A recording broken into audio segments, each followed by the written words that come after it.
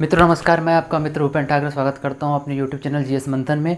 और आज हम अध्ययन करेंगे मध्य प्रदेश का भौगोलिक स्वरूप, है ना, कि मध्य प्रदेश का जो भौगोलिक स्वरूप है वो किस तरीके का है, उसको हम आज देखने की कोशिश करेंगे। तो थोड़ा सा ध्यान दीजिएगा, जब मध्य प्रदेश का विभाजन हुआ था उस समय, या विभाजन से पूर्व हम लोग देखते हैं, जब मध्य प्रदेश का विभाजन नहीं हुआ था, मतलब 2000 के पहले की जो स्थिति है ना, अक्टूबर 2000 के पहले की स्थिति ये थी कि जो मध्य प्रदेश का जो भौगोलिक प्रदेश है वो 9 भागों में बटा हुआ था। ठीक है, कितने भाग थे उसके? 9 भाग थे। लेकिन जब 1 नवंबर 2000 को जब छत्तीसगढ़ और मध्य प्रदेश अलग अलग हुए तो विभाजन के पश्चात क्या हुआ कि वो कितने भागों में बढ़ गया? 7 भागों में बढ़ गया। ठीक है, जो शुरू में 9 था, विभाजन के पूर्व 9 था, और विभाजन के पश्चात कितना हो गया? 7। ठीक है, तो अगर हम मोटे तौर पे देखें मध्य प्रदेश का अगर भौगोलिक स्वरूप, तो वो कुल मिला के कितने भागों में बटा हुआ है? 3 भागों में बटा हुआ, मोटे तौर पे हमको देखना है। ठीक है, तो सबसे पहले हम देखते हैं मध्य उच्च प्रदेश, पहला भाग मोटे तौर पे हमको देखना है 3, है ना। तो मध्य उच्च प्रदेश जो कि पुनः फिर 5 भागों में बटा हुआ है। फिर सतपुड़ा मैकल श्रेणी जो अपने आप में एक भाग है, और पूर्वी पठार जिसको कि हम बघेलखंड के नाम से जानते हैं, उसको हम देख रहे हैं। ठीक है, तो विभाजन के पूर्व था 9। अगर आपसे पूछता है परीक्षा में कि मध्य प्रदेश का भौगोलिक विभाजन, यानी मध्य प्रदेश के विभाजन से पूर्व कितने भागों में बटा था, तो 9, विभाजन के पश्चात 7, और मोटे तौर पे अगर आप इसको देखो तो मुख्य रूप से 3 भागों में बटा हुआ है। मध्य उच्च प्रदेश जो पुनः 5 भागों में बटा हुआ है, सतपुड़ा मैकल श्रेणी जो अपना खुद एक भाग है, और पूर्वी पठार जिसके अंतर्गत की बघेलखंड आता है। ठीक है, जिसके अंतर्गत क्या आता है? पूर्वी पठार के अंतर्गत बघेलखंड आता है। ठीक है, अब आप इसको कैसे याद करोगे? देखो, कोड के हिसाब से कैसे याद करेंगे? मान मरी बूंद बूंद। ठीक है, कैसे याद करेंगे हम उसको? हाँ, पहली चीज़ रुक जाओ, मध्य उच्च प्रदेश को पुनः 5 भागों में बांटा गया है, तो मध्य उच्च प्रदेश को हम देखते हैं, इसको कैसे याद करेंगे?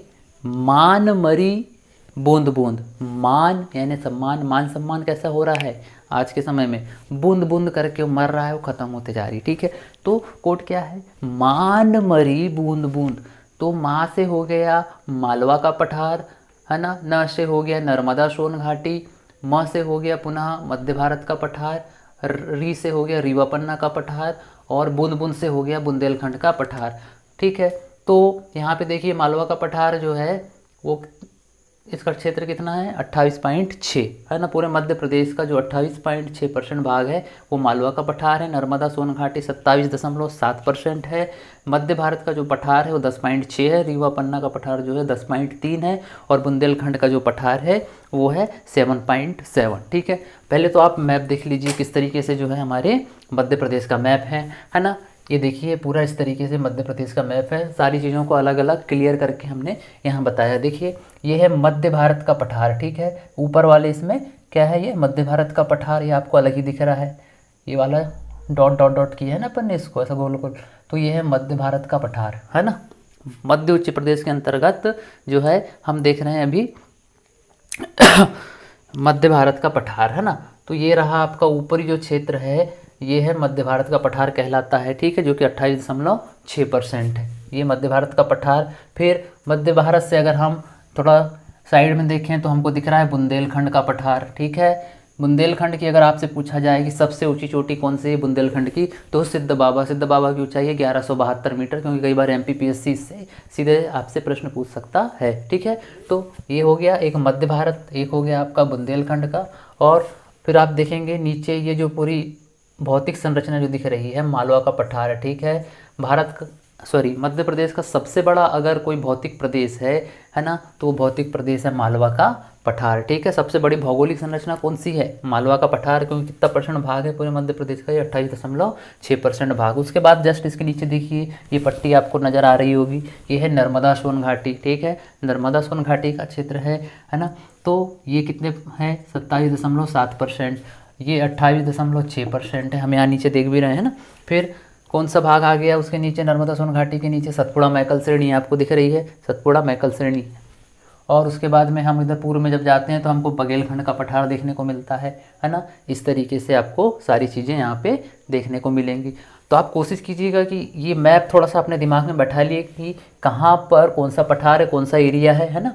जैसे ये मध्य भारत का पठार है, साइड में गए बुंदेलखंड है ना, उसके जस्ट नीचे आएंगे तो यहाँ पे जो है रीवा पन्ना का पठार है। कौन सा पठार है ये? रीवा पन्ना का पठार। कौन सा पठार है ये? रीवा पन्ना का पठार। कौन से कोड से याद करेंगे? मध्य उत्तर प्रदेश के सारे भौतिक संरचना को हम लोग मान मरी बुंद बुंद, है ना। तो इस कोड से हम सारी चीज़ें याद रख सकते हैं, लेकिन आपको मैप को दिमाग में बैठाना पड़ेगा कि कौन सी भौतिक संरचना कहाँ पर अवस्थित है। ठीक है, अवस्थित एक ऐसा टर्म है जो कि एक सापेक्षिक टर्म होता है। ठीक है, कैसा टर्म है ये? सापेक्षिक, इसलिए अवस्थित कहा जाता है। ठीक है, तो मध्य भारत का पठार ये हो गया, मालवा का पठार, नर्मदा सोन घाटी, ये सतपुड़ा मैकल श्रेणी। यहीं से अगर पूर्व में जाएंगे तो हमको बघेलखंड का पठार मिलेगा और यहीं पे फिर छत्तीसगढ़ भी है। ठीक है, ये चीज़ याद रखना।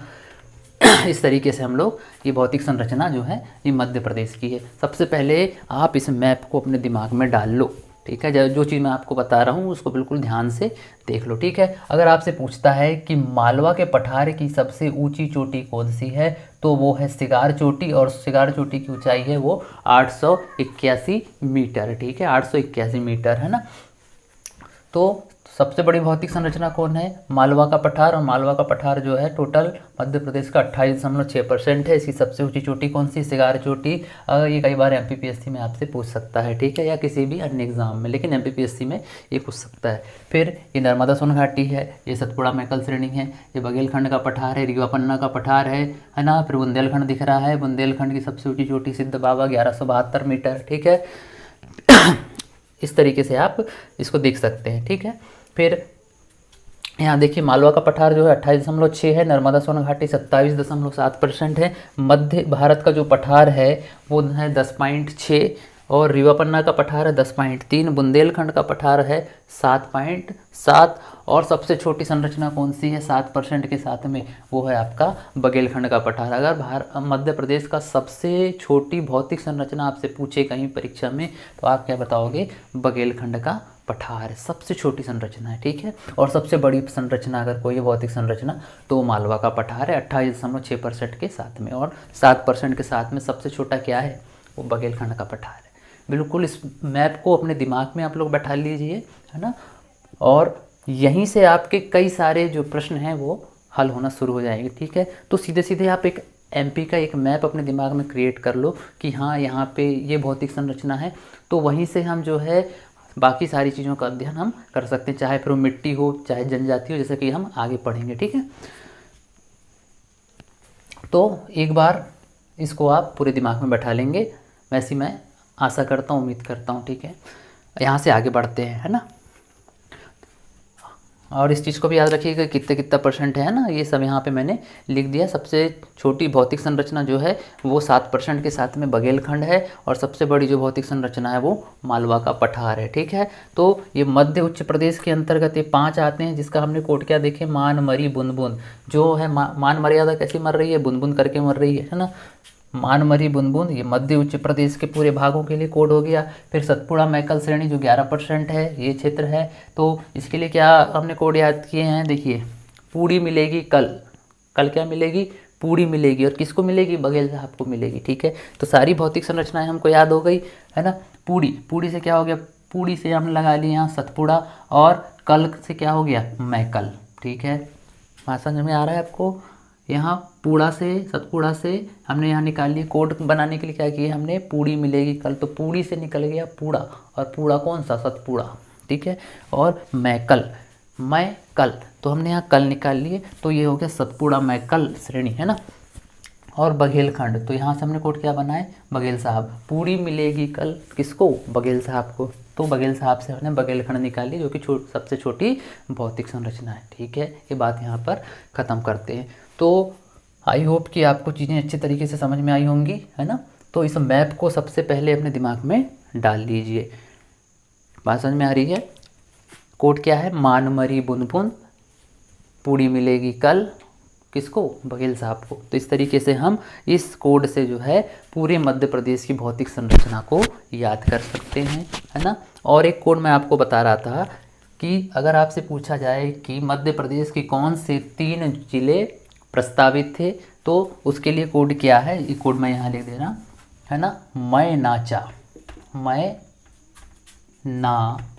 चा, कौन नाचा, मैं नाचा। 3 जिले बन जाते तो कौन नाचता, मैं नाचा। ठीक है, तो मैं से मैहर, ना से नागदा और चा से चाचौड़ा। ठीक है, तो मैहर किससे अलग होकर बनता, सतना से, मैं बार बार बता रहा हूँ। नागदा किससे अलग होकर बनता, उज्जैन से। और चाचौड़ा किससे अलग होकर बनता, गुना से। तो इस तरीके से 3 जिले जो प्रस्तावित थे कांग्रेस के समय, वो वर्तमान में अभी ठंडे बस्ते में पड़े हुए हैं। सरकार की इच्छा होगी तो बनाएंगे, नहीं तो नहीं बनाएंगे। ठीक है, तो आज के लिए इतना ही रखते हैं। और हाँ, कुछ बातें और नोट कर लीजिए। अगर आपसे पूछता है कि मध्य प्रदेश की सबसे ऊंची चोटी, ठीक है, मध्य प्रदेश की सबसे ऊंची चोटी कौन सी है, धूपगढ़ है। धूपगढ़ की ऊंचाई कितनी है, 1350 किलोमीटर। ठीक है, तो मध्य प्रदेश की सबसे ऊंची चोटी कौन सी है, धूपगढ़। ये किसका हिस्सा है, महादेव पर्वत में है। ठीक है, किसका हिस्सा है, ये महादेव पर्वत का हिस्सा है। कौन, धूपगढ़। धूपगढ़ की ऊंचाई कितनी है, 1350 मीटर। फिर मध्य प्रदेश की दूसरी सबसे ऊंची चोटी कौन सी है, वो है अमरकंटक। ठीक है, ये कौन से इसमें आता है, ये मैकल श्रेणी का हिस्सा है। ठीक है, और पचमढ़ी, पचमढ़ी जो है एक हिल स्टेशन है जो कि महादेव पर्वत के निकट है। तो वो कैसे कैसे बनेगा, देखिए, ये होता है सतपुड़ा, फिर महादेव और फिर मैकल। ठीक है, सतपुड़ा को हम कहते हैं राजपीपला की श्रेणी भी कहते हैं। ठीक है, ये हो गया राजपीपला, सतपुड़ा या राजपीपला। आगे कल इसके बारे में हम लोग विस्तार से और अध्ययन करेंगे, है ना।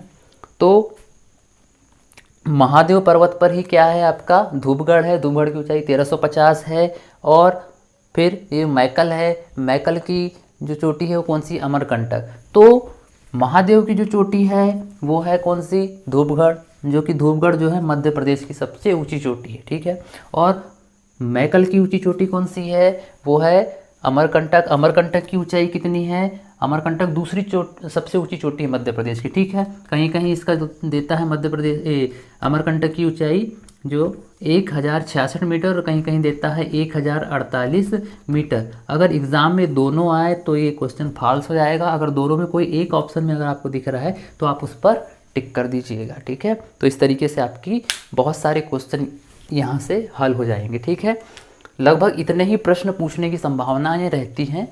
आई होप कि आपको बातें समझ में आई होंगी, है ना। और आज का वीडियो मैं यहीं समाप्त करता हूँ।